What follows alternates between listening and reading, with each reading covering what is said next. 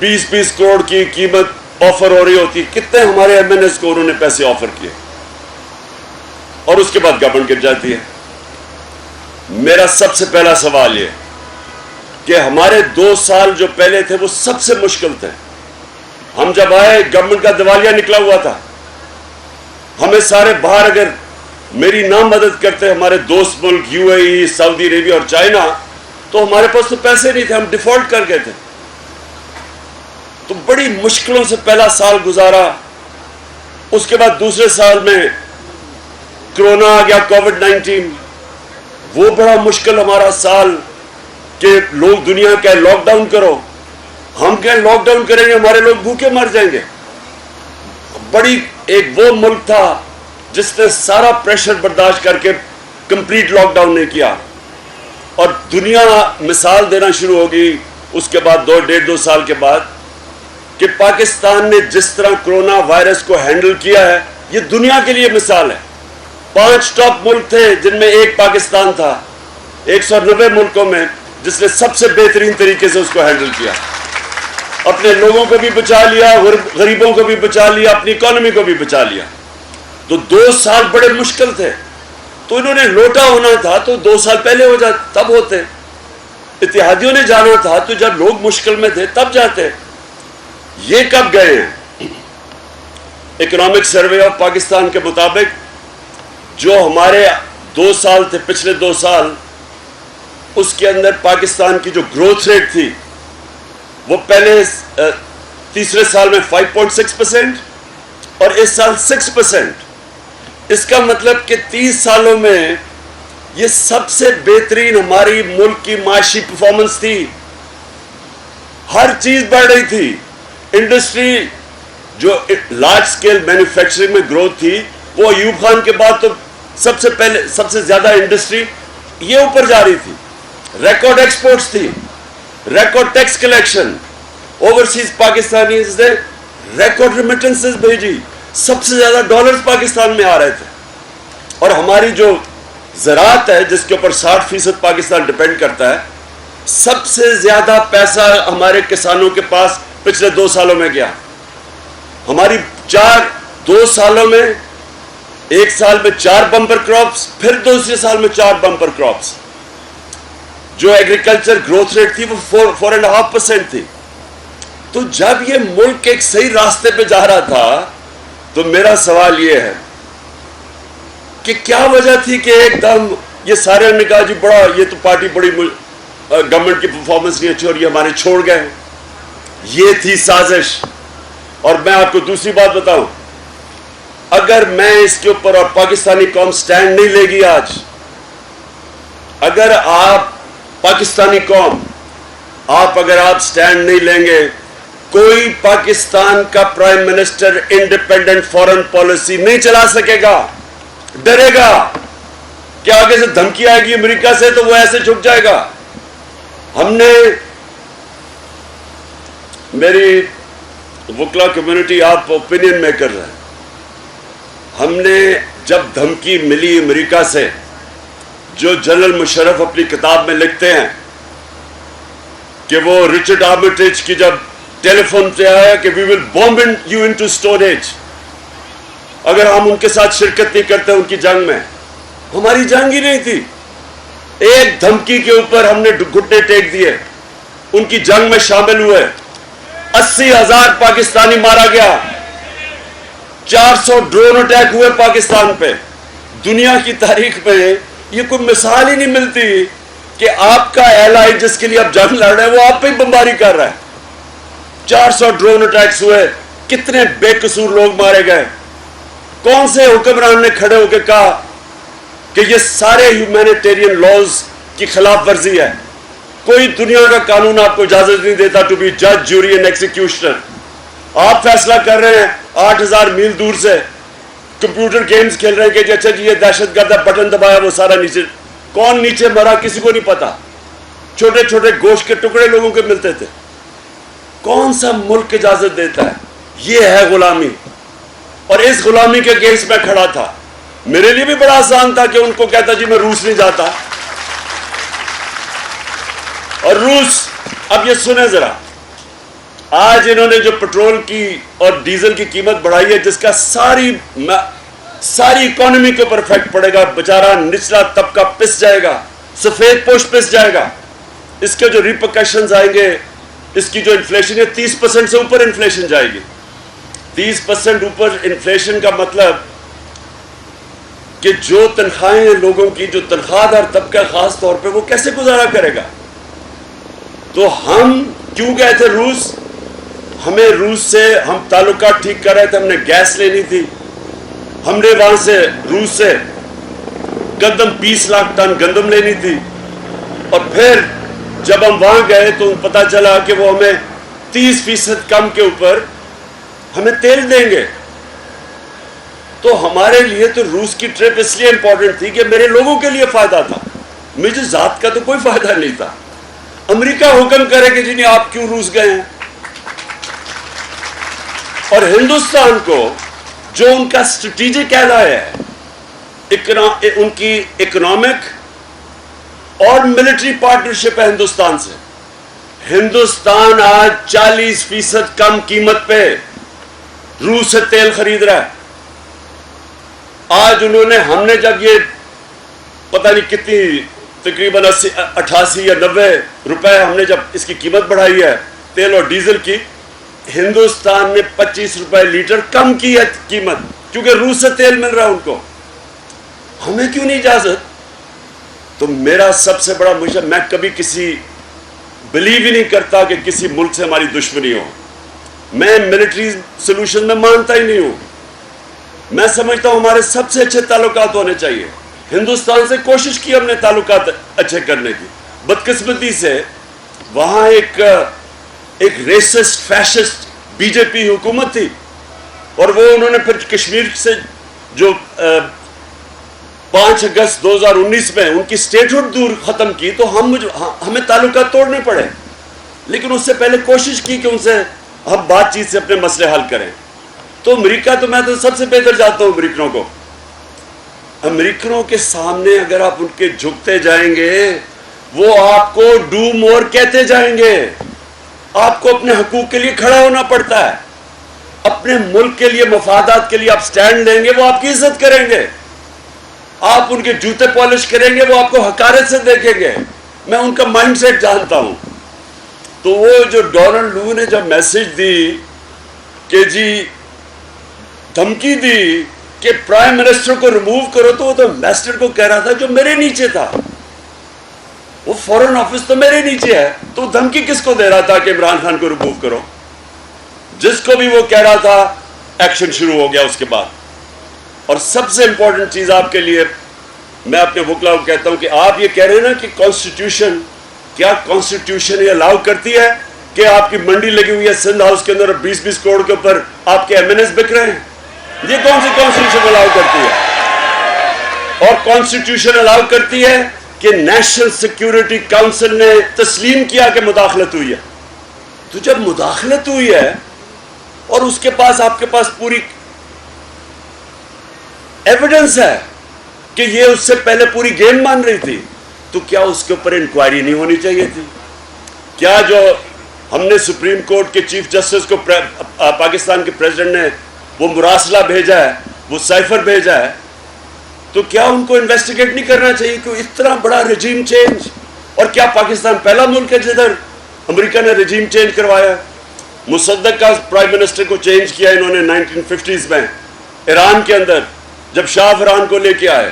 چلی میں لیندے کو چینج کیا. سینٹرل امریکہ اور ساؤتھ امریکہ میں ریگولر رجیم چینجز تھے. تو کیا یہ پہلی دفعہ تو نہیں ہوا؟ لیکن اگر ہم اس وقت سٹینڈ نہیں لیتے تو میں پھر سے آپ کو کہتا ہوں، جو بھی پاکستان کا پرائم منسٹر آئے گا، جب اس کو دھمکی ملے گی، وہ بھی وہی کرے گا جو جنرل مشرف نے کیا.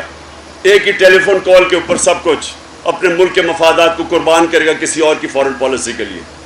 فورن پالیسی ہوتی ہے اپنے لوگوں کے فائدوں کے لیے، کسی اور کے لیے قربانیاں دینے کے لیے آپ کی فورن پالیسی نہیں ہوتی. اور یہاں میں بار بار ہندوستان کی فورن پالیسی کو، ہمارے سامنے آزاد ہوا تھا، دیکھیں ان کی فورن پالیسی خوددار فورن پالیسی. وہ کسی سے ڈکٹیشن نہیں لیتے. انہوں نے سیدھا سیدھا کہہ دیا، ہندوستان کا ایک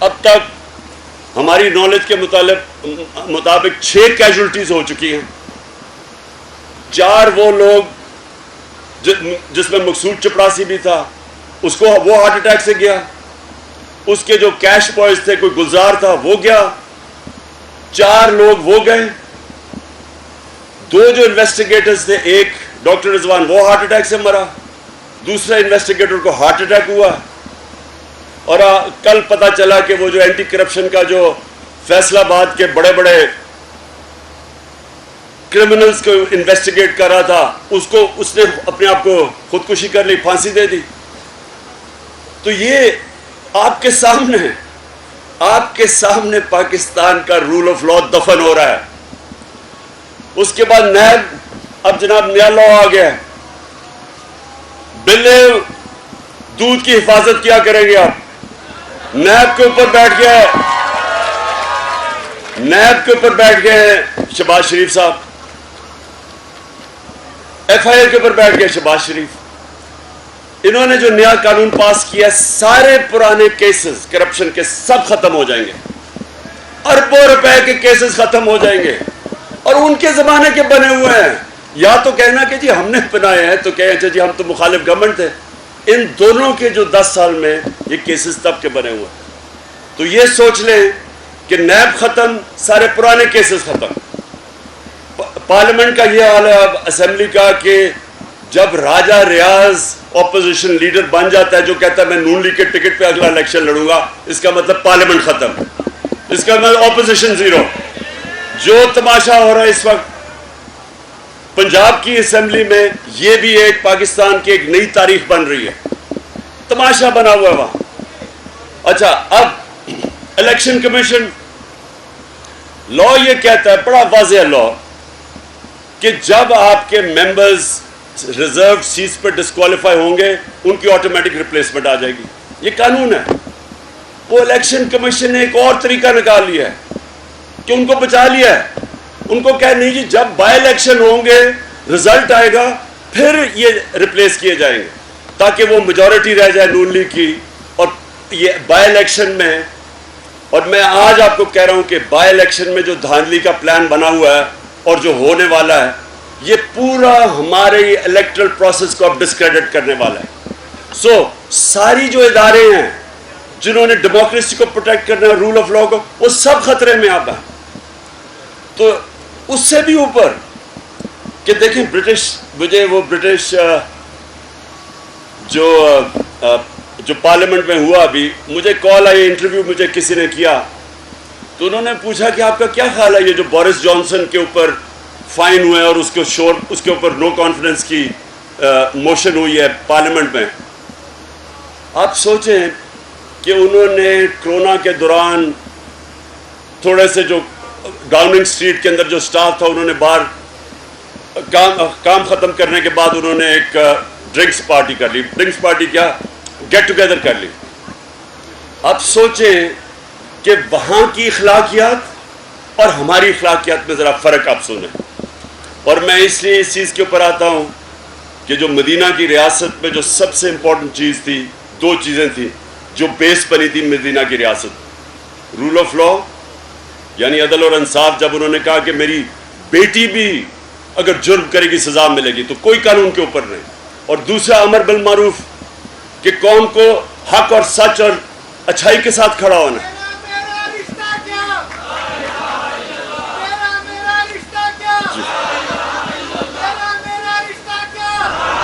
جی سنیں ذرا, یہ دیکھیں کہ وہ ملک, مسلمان تو ہم ہیں, امر بالمعروف کا تو ہمیں حکم ہے, رول آف لا کا ہمیں حکم ہے. اب وہاں دیکھیں کہ ادھر صرف اور صرف انہوں نے کہا کہ اس نے, پرائم منسٹر نے جو قانون لوگوں کے لیے تھے اپنے آپ کو اس سے اوپر رکھا, اس کے لیے نو کانفیڈنس. یہاں ساری قوم کے سامنے جو 30 سال سے لوگوں کے اوپر کرپشن کیسز تھے, پہلی دفعہ NRO ون لیا مشرف سے, سارے کیسز جو ان کے 2 دفعہ ان کی حکومت کرپشن پہ گئی تھی, سارے چارجز زرداری کے اوپر نواز شریف نے لگائے تھے. زرداری کو جیل نواز شریف نے ڈالا تھا کرپشن پہ. نواز شریف کے اوپر حدیبہ پیپر مل زرداری نے کیا تھا، وہ سارے جنرل مشرف نے معاف کر دیے، این آر او دے دیا. اب یہ این آر او 2 ہے جو 10 سالوں کے اندر سب کچھ ہے وہ معاف ہونے لگا ہے. تو میرا سب سے بڑا پوائنٹ یہ اپنی وکلا کمیونٹی سے کہ اگر یہی ہونا ہے تو وہ بیچارے جو جیلوں میں غریب بھرے ہوئے ہیں ان کا کیا قصور ہے؟ پھر ان کی تو چھوٹی چھوٹی چوریاں ہیں. اگر اربوں روپے کی چوریاں معاف کر دینی ہے تو وہ بیچاروں کا کیا قصور ہے؟ یہ بہت امپورٹنٹ ہے آپ کے لیے کہ حضرت علی رضی اللہ تعالیٰ کا اسی پہ قول ہے کہ کفر کا نظام چل جائے گا لیکن ظلم اور ناانصافی کا نظام نہیں چل سکتا. اس طرح کا نظام نہیں چل سکتا. یہ جو اکانومی ہماری ہے یہ ڈائریکٹلی ڈیپینڈنٹ ہے رول آف لا پہ. آپ کا جب رول آف لا، کوئی دنیا میں ملک بتا دیں جدھر رول آف لا ہو اور وہ غریب ہو، ایک ملک مجھے بتا دیں. اور ایک ملک مجھے بتا دیں جدھر رول آف لا نہیں ہے اور وہ امیر ہے. سوئٹزرلینڈ کی کوئی وسائل نہیں ہے سوئٹزرلینڈ کے پاس.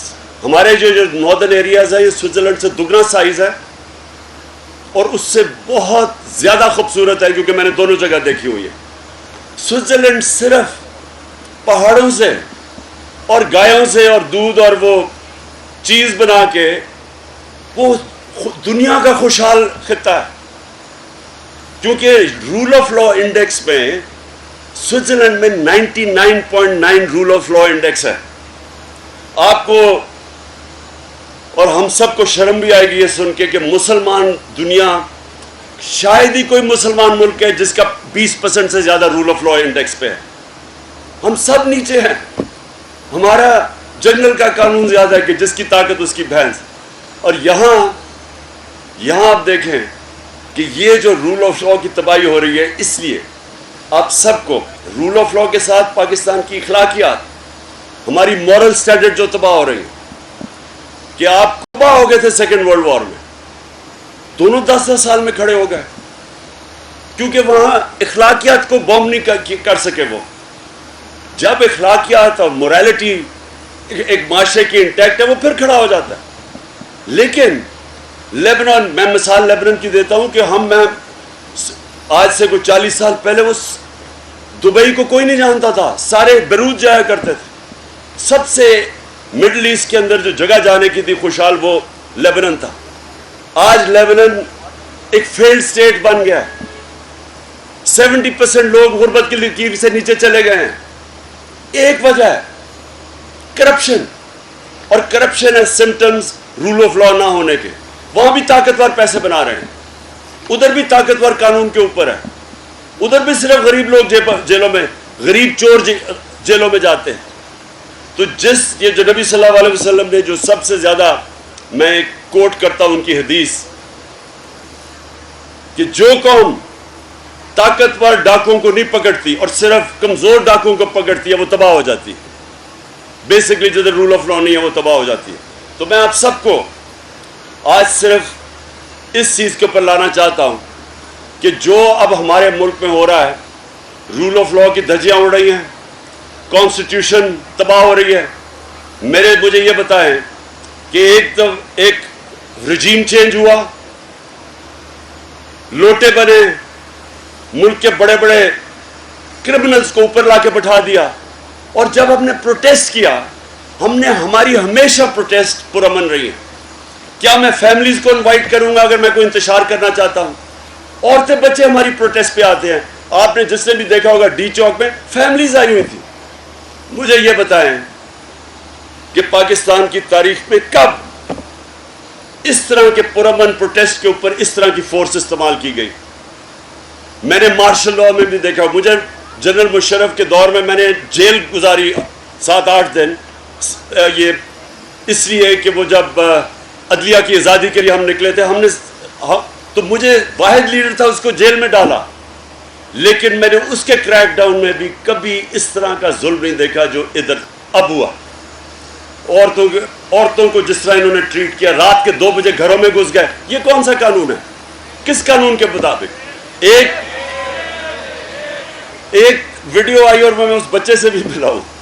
فیصلہ آباد میں باپ نہیں تھا، 10 سال کے بچے کو پکڑ کے جیل لے گئے. یہ کدھر ہوتا ہے؟ یہ کون سی جمہوریت میں ہے؟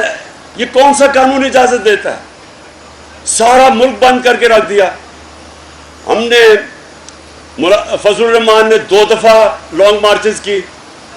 ایک دفعہ کی وہ کام پہ ٹانگنی، اس نے جا کے لانگ مارچ کر دی، مہنگائی مارچ. مجھے یہ بتائیں کہ ہم نے ایک دفعہ کوئی کنٹینر رکھا ہو، ہم نے کوئی ان کے اوپر ٹیئر گیسنگ، یعنی ایک آدمی کو جیل میں ڈالا ہو؟ ہمارے انہوں نے کتنے ہزار لوگوں کو جیلوں میں ڈال دیا. میرے اوپر کوئی 8-9 FIRs ہیں. ابھی وہ کہا گیا کہ آپ کی FIRs میں ختم کروں، میرے اوپر خود کوئی 8 FIR ہوئی ہیں. اس کے اوپر ہماری ساری سینئر لیڈرشپ کے اوپر FIRs کٹی ہوئی ہیں. تو یعنی یہ کون سی جمہوریت میں ہوتا ہے؟ میں آپ سے سوال پوچھتا ہوں، کون سا قانون اجازت دیتا ہے؟ اور میں اب بڑی ایک تکڑی شو کرنے لگا ہوں. میں ابھی بتاؤں گا نہیں کہ وہ ہے کیا، لیکن کرنے لگا ہوں. میں آپ سب کو کہتا ہوں کہ آپ نے اس کے اندر شرکت کرنی ہے. اور اس لیے کرنی ہے، میرے لیے نہیں کرنی، پالیٹکس کے لیے نہیں کرنی، اپنے ملک کی حقیقی آزادی کے لیے آپ نے سب نے نکلنا ہے. یہ جو کہہ رہے ہیں کہ ہم بڑے مشکل فیصلے کر رہے ہیں، یہ وہ جو پہلے تو شکر ہے کہ کہتے تھے نا جی شہباز شریف پنجاب سپیڈ، اور وہ پتہ نہیں کدھر ہے، صبح 7 بجے آفس پہنچ جاتا ہے اور پتہ نہیں وہ کیا کر دیتا ہے. ہم سارے انتظار کرتے رہے کہ شاید واقعی کچھ کرے گا. پتہ چلا یہ ساری ڈیولپمنٹ صرف اشتہاروں میں ہی ہوتی تھی. 50 ارب روپے کے آپ کے پیسے کے اوپر اشتہاروں کے اوپر ڈیولپمنٹ ہوگی. اب ذرا بتائیں نا کیا ہے جو پاکستان ادھر اس وقت تیزی سے جا رہا ہے، جس طرف مجھے خوف ہے کہ یہ سری لنکا کی طرف جا رہا ہے. جس طرح وہاں معاشی کولیپس ہوا ہے، مجھے خوف ہے ہم اس طرف جا رہے ہیں، کیونکہ ان کے پاس کوئی پلان ہی نہیں ہے. مارکیٹ ان کو ٹرسٹ نہیں کر رہی، باہر کے لوگوں نے ان کو پیسے نہیں دیے. جب باہر کے لوگوں کو بھی پتا چلا کہ یہ تو گورنمنٹ امپوز کی ہوئی ہے، اس کے پاس تو پبلک سپورٹ ہی نہیں ہے، انہوں نے بھی اس کو سپورٹ نہیں کیا. اگر اس وقت یہ حکومت چلتی رہی، مجھے خوف کیا؟ مجھے خوف یہ ہے کہ یہ پاکستان کو اتنا کمزور کر کے جائیں گے. جب ایک گورنمنٹ کمزور ہو جاتی ہے معاشی طور پہ، تو ہم سب کے سامنے سوویت یونین کی مثال ہے کہ سوویت یونین ملیٹریلی کمزور نہیں تھی، لیکن معاشی طور پہ اتنی کمزور ہوئی کہ وہ ٹوٹ گیا. ہمیں وہاں یہ نہ لے جائیں کہ جب پھر ہمیں بیل آؤٹ کرنے آئیں، وہ پھر جو ہمیں کنڈیشنز لگائیں گے وہ ہماری ساورنٹی، ہماری آزادی کو کمپرومائز کرے گا. اس لیے اس ملک کے لیے ضرورت ہے کہ صرف ایک چیز نکال سکتی ہے اس ملک کو اس دلدل میں جس میں پھنستے جا رہے ہیں. وہ ایک چیز ہے صاف اور شفاف الیکشنز. یہ واحد چیز ہے. اور میں آج یہاں آپ کے اپنی معزز باشعور وکلا کمیونٹی کے سامنے کھڑے ہو کے یہ کہتا ہوں کہ آپ نے سب نے اس آزادی کی، حقیقی آزادی کی تحریک میں شرکت کرنی ہے. جس طرح ہمارے وکلا نے قائد اعظم کے ساتھ، علامہ اقبال جو اس کے نظریاتی ہمارے لیڈر، وہ جو تحریک تھی، وہ اب اس کے بعد اس ملک کو حقیقی آزادی دلوانے کے لیے آپ سب نے نکلنا ہے. میں آخر میں صرف یہ آپ کو کہنا چاہتا ہوں کہ میرے 3.5 سال میں اس نتیجے پہ پہنچا ہوں کہ اللہ نے ہمارے ملک کو بہت کچھ دیا ہے، ہر قسم کی نعمت دی ہے. اور یہ اگر اس تھوڑی دیر یہ ملک اسی طرح چلتا جاتا جس طرح ایکسپورٹس اوپر جا رہی تھی، معیشت اوپر جا رہی تھی، انڈسٹری بڑھ رہی تھی، میں آپ کو یقین دلاتا ہوں کہ یہ ملک اتنی تیزی سے آگے بڑھ سکتا ہے. لیکن یہ کبھی بھی نہیں بڑھ سکتا اگر جس ملک میں رول آف لا کی دھجیاں جو اڑائی جا رہی ہیں، اور وہ کرمنلز جو بجائے ملک کا حالات ٹھیک کریں وہ صرف اپنے آپ کو NRO دینے کے لیے آئے ہیں، تب ملک کا کوئی مستقبل نہیں ہے. اور اس لیے انشاءاللہ آپ نے انتظار کرنی ہے. میں نے آپ کو کال دوں گا اور آپ نے سب نے میرے ساتھ نکلنا ہے، اور انشاءاللہ قانون کے بیچ میں رہیں گے.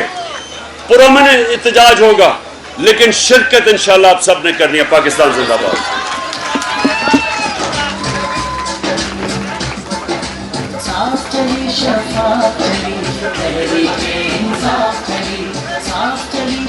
سارے دوستوں کا بے حد شکریہ. Thank you so much.